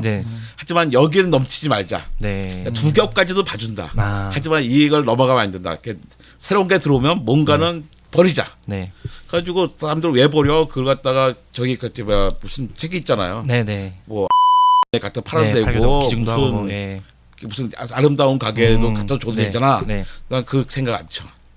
왜요? 그 아름다운 가게도 필요 없고 필요 없고 자기 읽지 않은 책은 버리자. 그래야 출판 산업이 유지된다. 근데 그게 난 되게 걱정이 뭐냐면 그러니까 되게 지식이 생산되기 위해서는 많은 저자와 출판사가 있어야 돼요. 출판사가 원활하게 잘 돌아가고 근데 거기에 최고의 지식인들이 출판사에 일을 해야 되거든요. 그래서 그다음에 적절한 보상을 받아야 한국 지식 체계들이 계속 생산될 수가 있는데 지금처럼 이렇게 중고 서점이 활발하게 되면 중고 서점에 했다가 거는 네. 자기 책 와서도 좀 싸게 받아서 좀 더 붙여서 파는 거잖아요. 그 유통 과정에서 서점과 작가에게는 다 이론도 가지 않잖아요. 나 이건 옳지 않은 방법이라 생각하거든요. 그러니까 내가 책을 보고 필요 없으면 버려. 그 사람은 알아서 살 거야. 딴 사람은. 내가 그 사람 걱정해 주지 말고 팔자. 그래야 이 땅에 좋은 책이 계속 나올 수 있다. 그러다 가끔가다 작가 우리 집사람이 어느 아버지 이제 책을 사왔다는 거예요. 네. 그다음에 되게 화를 낸 적이 있어요. 저 집에서 화 안 내거든요. 야, 당신의 남편이 작가다. 당신의 남편이 저작권으로 먹고 사는데 이래서 되겠느냐. 책 살려면 사서 보시라. 우리 집사람 도서관 많이 가거든요. 문학책 막 빌려보는데 그러지 마라. 너까지 책을 빌려보냐. 그러니까 우리는 좀 살만해요. 그러니까 내가 이렇게 돈을 많이 이렇게 벌어다 주는데 그래도 우리 식구도 책을 사봐야 되는 거 아니냐. 아니 책 놔둘 데도 없으니까 그러지. 아니 있는 거 버리자며 있으면. 근데 우리 집사람은 아직까지 도서관을 사랑하는데 그 도서관은 나한테 구할 수 없는 책을 사러 아니면 아직까지는 책값에 부담이 되는 사람들이 가서 빌려보는 것이지 생활에 여유 있는 사람들이 도서관을 이용한 거는 아니라고 생각해요. 그러니까 저는 20대 때 정말 20대 30대까지라도 책값 부담됐었거든요. 근데 웃긴 게 그때 다 책 사서 봐야 했어요. 근데 지금은 정말 살만하거든요. 과학책 다 출판사 보내줘요. 그러니까 웃긴 거예요. 20대 30대 때 보내줬어야 돼. 20대 30대 때 보내주고 지금 내가 사서 보면 게 정상적인 건데 어려울 때는 사서 보고 살만하니까 보내주는. 그러니까 좀 일찌감치 알아보시고 이제 그때 좀 주셨으면 좀 얼마나 좋아요. 그때 정말 힘들었거든요. 도서관도 많지 않았고. 맞습니다. 그래서 이제 모든 청취자 여러분들이 도서관 가지 말고 그러는 게 아닙니다. 그렇죠. 그 도서관 잘 이용하시고요. 하지만 그 중고 서점은 약간 좀 살 수 없는 책, 새 책으로 살 수 없을 때만 이용했으면 좋겠어요. 전반적으로 저도 좀 느껴지는 게 우리나라 사람들 소비의 어떤 패턴이랄까요? 습관 중에 책 소비에 대해서는 약간 좀 지나치게 신중한 그런 게 좀 있는 거 아니에요? 네, 독일도 중고 서점 되게 활발하죠. 중고 서점 활발하지만 거기는 구할 수 없는 책을 파는데요. 그러니까 고서점의 개념이지 중고 서점의 개념이 아니거든요. 그러니까 지금의 중고 서점은 1970년대, 60년대, 70년대 우리가 정말로 가난했을 때 교과서도 새 교과서 못 사고 사전 영어 사전조차도 세게 사는 게 부담스러울 때 이용하던 거였는데 지금은 이렇게 잘 살만할 때 거의 새 책 같은 중고를 사는 거잖아요. 그 유통의 출판 시장을 망가치는 일이라고 생각해요. 마켓으로서 되게 힘이 되는 말씀이신 것 같아요. 굉장히 중요한 이슈. 저는 사실은 동의가 되는데 이거 사실 그러니까 출판에 있는 사람이 얘기하기에는 조심스러운데 이제 바깥에 계신 분께서 말씀해 주시니까 속도 시원하고 사실 그렇죠. 출판사 얘기하면은 갑자기 난 당신과 거래 안 하는 그럴 수도 있고 그렇죠. 이게 사실 쉽지 않은데 저는 사실은 동의가 되는 이슈인 것 같습니다. 네네네.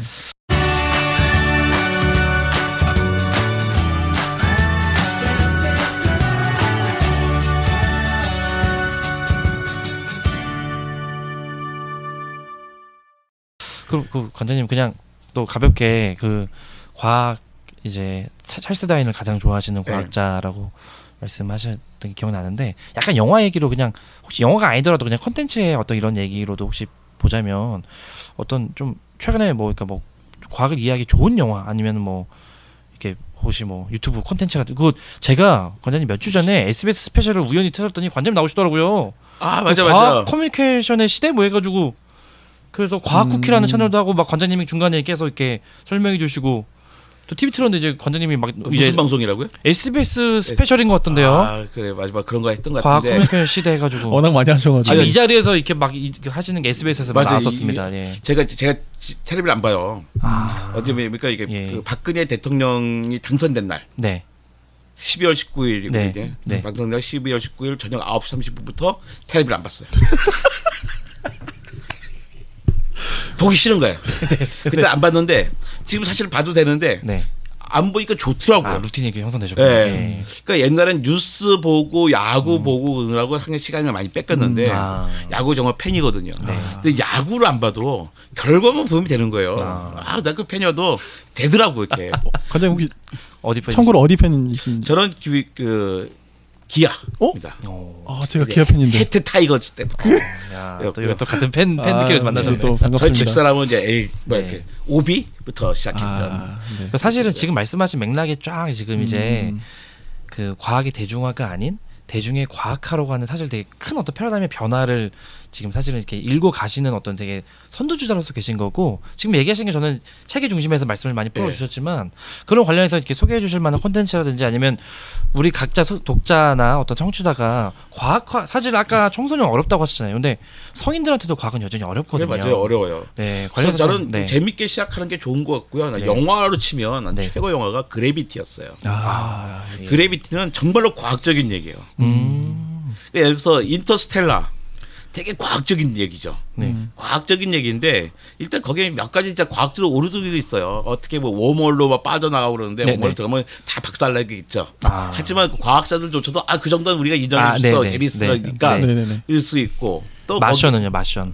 마션 재밌죠. 네. 그러니까 마션 개피 좋아요. 근데 인터스텔라만 해도 너무 어려운 내용을 다루고 있고 그다음에 또 하나가 거기 왜 새로운 행성을 찾아가잖아요. 네네네. 새로운 행성 찾아가는데 그 땅에 있는 그 아빠 브랜드 박사가 우주에 나간 딸 브랜드 박사에게 이런 얘기예요. 우리는 개인으로서의 자신이 아니라 종으로서의 자신을 생각해야 된다라는 이야기를 합니다. 그게 뭐냐면 지구는 사막화돼서 지구에 있는 인류는 다 멸종되고 말 거야. 하지만 너의 우주선에는 2,000개의 인간 수정란이 있잖아.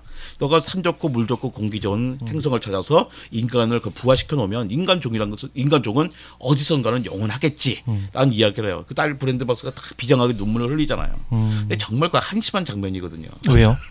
왜냐하면 그러니까 그 영화를 만든 놀란 감독이나 자문한 킵선 박사는 최고의 물리학자예요. 킵선 박사가 중력파로 노벨상까지 받으신 분이거든요. 하지만 생태학적으로 보면 정말 바보 같은 이야기예요. 자, 산 좋고 물 좋고 공기 좋은 새로운 행성에서 인간을 2,000명을 부화시켜놨어요. 네. 자기네끼리 어떻게 살아요? 걔는 똥은 누가 보내줄 거예요? 사람이 살려면 수만 종의 미생물, 수만 종의 식물, 수만 종의 동물의 복잡한 생태계를 구성해 살 수가 있는 거예요. 사람만 가서 살 수 있는 게 아니거든요. 생태학적으로 말도 안 되는 얘기죠. 만약에 그 메시지가 틀린 거 제가 보기에는 그러니까 만약에 우리가 우주선까지 이용해서 타임머신까지 이용해서 어디 가서 인간이 지속할 수 있는 에너지와 자원과 노력이 있다면 차라리 지구를 조금 더 살리려고 했어야 되는 거죠. 난 그런 점에서 그러니까 인터스텔라는 뛰어난 SF 영화임에도 불구하고 이제 아주 마음에 안 드는 영화고 근데 마션 같은 경우는 처음부터 끝까지 정말 과학적이고 기술적인 걸 해결했잖아요. 특히 난 과학도 중요하지만 기술도 되게 중요하다고 생각하거든요. 생존 기법들을 보여주는 거예요. 거기서는 계속 좌절하지만 혼자 있으면서 내가 있는 걸 가지고 어떻게 할 수 있는 건가. 거기 생물학부터 물리학, 지구과학의 배로학의 얘기가 다 펼쳐지잖아요. 그다음에 해피엔딩으로 끝나고 해피엔딩 좋아하거든요. 그러면 좀 좋아하고 그래비티는 정말로 몰입해서 봤어요. 아주 작은 공간이 있잖아요. 사실 큰 공간이죠. 우주의 큰 공간이지만 어쨌든 그 우주선에 작은 망가진 우주선의 작은 공간 안에서 벌어지는 일들인데 나를 얼마나 몰입시켰냐면요. 영화에서 나중에 딱 지구에 도착하잖아요. 여자 주인공이 그 호수에서 기어 나오는데 서지를 못해요. 왜냐하면 무중력 상태에서 적응했기 때문에 지구의 중력에 적응이 안 돼서 휘어서 못 일어나는 거죠. 근데 내가 그 영화를 시사회를 봤었는데 정말 영화 딱 끝나고 나니까 내가 얼마나 몰입했는지 내가 지구 중력에 적응이 안 되더라고요. 일어나지를 못하겠더라고요. 난 SF에 이렇게 빠져본 적이 없었어요. 난 그 SF만 가지고도 정말 한 일주일 강의할 수 있을 것 같아요. 책도 써주시면 좋겠어요. 이거 물리학자들이 써야죠. 그래서 난 그 그래비티, 그다음에 마션 되게 추천하는 영화입니다. 관장님 그리고 실례지만 저 뒤에 이제 그 월리도 보이고요. 스타워즈도 보이고. 월리 같은 경우는 또 메시지가 좋잖아요. 결국에 환경 문제들을 다루고 있죠. 우리의 지구를 지켜내자는 거거든요. 그러니까 우리가 과학을 왜 해야 돼요? 우리가 모든 사람이 과학자가 될 필요는 없다고 생각합니다. 근데 우리가 과학을 해야 되는 이유는 우리가 좀 더 과학적으로 생각하면서 좀 안심하고 안전하게 살고 또 우리의 세금을 좀 절약할 수 있기를 바라는 거거든요. 근데 우리가 잘 못하니까는 되게 엉뚱한 쓴 거 많아요. 그러니까 우리 요즘 미세먼지 걱정 많이 하시잖아요. 맞습니다. 내가 며칠 전 최재천 교수님하고도 얘기했는데 그러더라고요. 최재천 교수님, 우리나라 공기가 서울 공기가 어떻습니까? 그러니까 최재천 교수님이 제대로 이야기하셨어요. 서울의 공기는 최근 몇십 년 동안 가장 좋다 지금이. 저도 그렇게 생각하거든요. 최근 몇십 년 안에 지금처럼 서울 공기가 좋았던 적이 없어요. 미세먼지 옛날 미세먼지란 말도 들어보지 못한 미세먼지 심하잖아요. 미세먼지란 말은요 1994년에 처음 생겼어요. 그러니까 그 전에 미세먼지란 말이 없었으니까 미세먼지라는 그렇죠. 말을 못 들었던 거죠. 매연 뭐 그냥 뭐 그렇죠. 매연 이런 식이었죠. 제가 대학 때는요 흰 와이셔츠를 입으면 하루밖에 못 입었어요. 목이 새까매졌습니다. 88 올림픽 때 서울에 있는 모든 목욕탕이 문을 닫았어요. 왜요? 올림픽을 치러야 되잖아요. 근데 서울에는 집집마다 연탄을 뗐습니다. 연탄 떼니까 뭐예요? 우리는 석탄 화력 발전소 한 가운데 사는 거예요. 그러니까 요즘 미세먼지의 가장 큰 원인이 석탄 화력 발전소인데 우리는 석탄 화력 발전소 한 가운데 살았어요. 근데 그 당시에 그 미국의 육상 선수들이 난 서울에서 못 있겠다고 막 주장을 했어요. 서울 공기 나빠서 못 있겠다. 동경에 있다가 대회 날 와서 뛰고 가겠다라고 이야기를 막 그 정도 요구를 하는 거예요. 그래서 정부에서 뭐라고 했냐면 그건 안 된다 막 그랬죠. 그러면서 올림픽 기간 동안에 서울에 있는 모든 올림픽 문을 닫겠다. 왜냐면 그 목욕탕이 또 석탄 뗐거든요. 석탄 떼서 그러니까 그 당시만 해도 온 국민이 협심해서 올림픽을 치를 때니까 했죠. 물론 시민들은 큰 문제가 없었어요. 여름이었으니까 목욕탕 안 가도 뭐 집에서 해도 되는 거지만 목욕탕 업주의 입장에서는 몇 주 동안 목욕탕을 못 열었으니 심각했죠. 근데 그 정도였습니다. 그 당시에 미군들은 서울에서 조깅을 하지 말라 그랬어요. 새벽 조깅을 하지 말라고 시켰습니다. 미군 당국에서 공기가 너무 나쁘기 때문에 요즘 그런 얘기 안 하잖아요. 그렇지. 조깅하면 요즘 몸이 좋아요. 훨씬 좋아진 거죠. 그 초미세먼지는 1986년에 비해서 한 4분의 1을 줄어요. 3월 달에 4일 연속 미세먼지가 엄청 심했던 날이 있습니다. 내가 4일째 그 데이터를 보니까 그 4일째 제가 고양시에 일산에 살고 있거든요. 내가 살고 있는 동네에 초미세먼지가 100 마이크로그램이었어요. 미터 3, 그러니까 입방미터당. 근데 그래가지고 100 마이크로그램이나 되니까 초미세먼지가 그러니까 그다음에 그 공공 주차장은 다 문을 닫았고 공무원들은 차를 타는 게 금지시켰었어요. 근데 1986년에 1년 평균이 106이었습니다. 그러니까 우리가 너무 심하니까 이 미세먼지 경보 내리고 차 못 타지 말라고 한 날이 1986년에 1년 평균보다 낮았던 거예요. 근데 우리가 너무나 미세먼지, 우리나라 공기가 좋다는 게 아니에요. 우리가 유럽만큼 좋은 공기를 가져야 되죠. 하지만 우리 가장 최악의 미세먼지 이런 말 하면 안 되는 거예요. 왜 초미세먼지 측정한 지 3년밖에 안 됐는데 정부에 측정한 건. 그러니까 대학에서 측정한 건 1986년부터지만 정부에 측정한 건 3년밖에 안 됐거든요. 그걸 가지고 사상 최악의 초미세먼지 이렇게 하면 안 되는 거예요. 측정한 지 값도 없었는데. 그러니까 자꾸 우리 자꾸 마스크 쓰게 되고 뭐 교실마다가 뭘 놔둔다 그래요. 공기청정기 놓는다 그러잖아요. 생각해보세요. 공기청정기 만드느라고 초미세먼지 생겨요. 공기청정기 돌리느라고 초미세먼지 생깁니다. 공장에서. 아니 집집마다 돌리니까 전기 또 돌아야 되잖아요. 석탄을 써야 되잖아요. 그러네요. 그러니까 지금 초미세먼지를 자꾸 강조해서 돈 버는 사람 따로 있는 거예요. 그러니까 우리 난 미세먼지 때문에 못 살겠어. 자, 나도 동의해요. 나도 유럽처럼 좋은 공기 살고 싶어요. 하지만 우리 어릴 때는 안 그랬잖아. 이건 거짓말인 거예요. 우리 어릴 때는 안 그랬잖아. 한순간 거짓말이 돼버리고 우리는 뭐 누군가에 의해서 놀아나게 되면서 쓸데없는 돈을 쓰게 되는 거죠. 그래서 마스크 계속 올라가지고 가격이 진짜. 그 마스크 쓰는 게 좋을까 안 좋을까? 저는 안 쓰거든요. 일단 저는 안 쓰고요. 마스크 썼다고 해주고 옆으로 안 들어온 거 아니고 마스크 썼는데 숨쉬기 불편하다. 그 사람들은 벗는 게 훨씬 더 안전합니다. 불편하면 어떻게 해요? 심호흡하게 되잖아요. 더 깊이 들어가거든요. 그래서 그거 좀 근데 왜 자꾸 마스크 쓰라고 나 그 방송하는지 모르겠어요. 과학적인 근거 없는 겁니다. 저희가 이제 좀 마무리를 해야 될 것 같은데요. 워낙 많은 이야기를 계속 저희가 좀 죄송하지만 한 가지만 들어가죠. 한 가지만 더 해도 될까요? 그럴까요? 왜냐하면 관장님 SNS 계정 보면 최근 올리신 책들에 대해서 막 이렇게 짧게 이렇게 코멘트 하시는 게 사실은 굉장히 좋고 얼마 전에 팩트 플레이스도 하셔가지고 저희 이 팟캐스트 소개도 했고 팩트 플레이스 정말 최고의 책이죠. 네. 그리고 또 뭐 정유정 작가의 신작도 벌써 보셨고 지금 이제 붉은 PD님이 또 이제 소개하려고 하신 책이고 해서 픽해놨습니다. 최근 그냥 재밌게 읽으신 책 그냥 몇 권만 생각나시는 거. 팩트 플레이스도 이렇게 연관해서. 팩트 플레이스도 나도 이제는 나는 사실은 다 맞췄어요.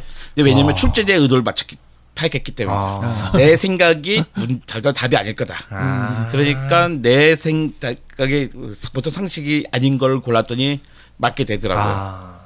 그래서 한 서너 문제들을 맞췄던 것 같고요. 그러니까 우리의 생각들을, 그러니까 우리가 뭐 상식들이 잘못되다 보니까 우리가 세계를 너무 잘못 보고 있는 거예요. 세계를 너무 비관적으로 보고 있고 세계를 뭐 너무 무조건 낙관적으로 보라는 게 아니에요. 세계를 현실 그대로 봐야 되는 거거든요. 그렇지 않으면 우리는 쓸데없는 돈을 낭비하게 돼요. 세금을 낭비하게 되니까 팩트 플레이스 좀 재밌게 봤고요. 그다음에 뭐 어저께까지 읽었던 정유정의 그 뭐였죠? 지니. 그 약간 판타지, SF와 판타지가 버무려진 그냥 따뜻한 이야기. 정유정 작가는 약간 무섭잖아요. 무섭고 막 이런 분인데 이렇게 따뜻한 이야기를 썼지 하는데 보니까 되게 과학적으로 옳은 이야기들을 쫙 있어요. 그러면 어떻게 이걸 다 다뤘지 했더니 최재천 교수님, 뭐 김설아 박사 이렇게 그 실제로 영장류를 연구하시는 분들의 도움을 많이 받았더라고요. 그다음에 제게 아주 뭐 재작년에 재밌게 봤던 책은 아름다운 그이는 사람이여라 라고 하는 김탁한 씨의 소설이 있어요. 그러니까 김탁한 작가가 이거 세월호 작가잖아요. 세월에 대한 무수히 많은 책들을 쓰는데 나는 너무 가슴이 아파서 잘 못 읽겠어요.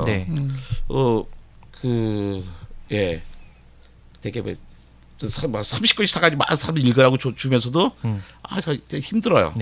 근데 아름다운 그 사람이랑 한 8개의 단편들이 있는데 다 극복한 이야기야. 다 세월호와 관계된 사람들이 어쨌든 털어내고 극복하고 새 출발을 하는 따뜻한 이야기들입니다. 그러니까 세월호는 정말 우리한테 충격적인 사건이었고 우리가 잊으면 안 되는 일이지만 그럼에도 불구하고 우리는 일상을 살아나가야 돼요. 영원히 그 슬픔에 분노에 빠져 있을 수는 없는 거거든요. 근데 거기서 날 벗어나게 해준 책이에요. 그래가지고 세월호의 문제를 진지하게 받아들이신 분들에게 한번 권하고 싶어요. 우리 한번 털자. 난 내가 그 아이들의 부모는 아니지 않냐. 내가 그 아이들의 뭐 형은 아니잖아. 그러니까 그렇다면 내가 시민으로서 알 수 있는 영역이 있는 거고 그러기 위해서 내가 치유가 돼야 되는데 그걸 날 고쳐준 책이었던 것 같아요. 그 김탁한 작가님의 책 제목이 아름다운 그이는 사람이여라. 그리고 정유정 작가의 지니 그리고 팩트 플레이스 이렇게 또 언급해 주셨습니다. 관장님 마지막으로 그러면 앞으로 혹시 또 좀 계속 아마 글을 계속 쓰시고 계실 것 같은데 또 좀 뭐 계획에 있는 책 집필 계획 이런 게 좀 있으신가요? 각자 거 쓰는 책이 또 하나 있습니다. 그 아르테에 보면 그 클라우드 클래식이라는 시리즈가 있어요. 뭐 최근에는 아리스토텔레스 나오고 뭉크 막 이렇게 나왔는데 거기에 이제 찰스 다윈을 씁니다. 그래서 뭐 재작년에는 영국에 가서 찰스 다윈의 흔적을 한 달 동안 쭉 훑고 왔었고요. 근데 사실 그러면 쓰면 되는데 괜히 갈라파고스도 한번 가야 될 것 같아가지고 작년에 갈라파고스 갔다 왔고 그래서 갈라파고스 갔다 오니까 아까워서 조금 써야 되나 막 그런데 사실 없어도 되는 것 같은 건데 그러니까 찰스 다윈의 이야기를 쓰는 거예요. 근데 찰스 다윈을 뭐 신격화하지 않고 약간 막 그런 거 보면 전기처럼 되게 우상하고 막 그러잖아요. 근데 찰스 다윈은 한계가 되게 많은 사람이거든요. 전형적인 금수저고. 그러니까 이제 뭐 그런 이야기들. 그러면 그의 사상과 그다음에 그가 살았던 흔적들을 여행기와 사상서가 합쳐진 책으로 하나 올해 안에 쓰는 게 이제 목표고요. 그래서 내일 모레부터 이제 내일 모레 첫째 줄을 쓸 겁니다. 너무 기대가 됩니다. 네, 그러게요. 찰스 다윈. 나오면 꼭 사서 보겠습니다. 감사합니다. 그 관장님 감사드리고요. 이제 저희가 좀 마무리를 이제 해야 될 것 같은데 오늘 같이 좀 이야기하시면서 소감 간단하게 좀 이야기해 주시고 또 저희 청취자분들께 마지막으로 인사해 주시면 감사하겠습니다. 그러니까 되게 어디 완전히 또 밀폐된 곳에서만 이런 걸 해봤는데 창문 열고 그러니까 바깥에서 공사하는 소리 들리고 새 소리 들리고 바람 소리 들리면서 이렇게 옆에 두고 이야기하는 거 참 즐거웠고요. 그다음에 내가 존경하는 제자였던 이승영 선생님과 이렇게 마이크를 사이에 두고서 이야기된 거 정말 반갑습니다. 그다음에 처녀분 되시는 나중에 전도 말하실 텐데 독자 여러분들하고도 이렇게 처음 만나게 돼서 반갑고요. 그 책은 그러니까 종이책은 영원하지 않겠지만 책이란 것은 우리의 지식이 사라지지 않는 한 영원히 있을 거고 책이 없어지면 아마 인류가 존재하지 못하게 되겠죠. 자기가 좋아하는 작가 한 명을 다 이 방송을 들으신 분들은 잡으시길 바랍니다. 네, 감사합니다. 네, 저희 오늘 이제 금요일 책에 빠지다는 저희 이제 저자 인터뷰로 첫 번째 이제 저희 인터뷰 이제 이정모 관장님과 함께 이야기 나눠봤습니다. 아마 들으시면서도 굉장히 진짜 저도 되게 빠져들면서 진짜 오늘 진행을 했는데 너무 관장님 감사드리고요. 네, 긴 시간 동안 관장님 수고 많으셨습니다. 네, 감사합니다. 감사합니다. 네, 감사합니다.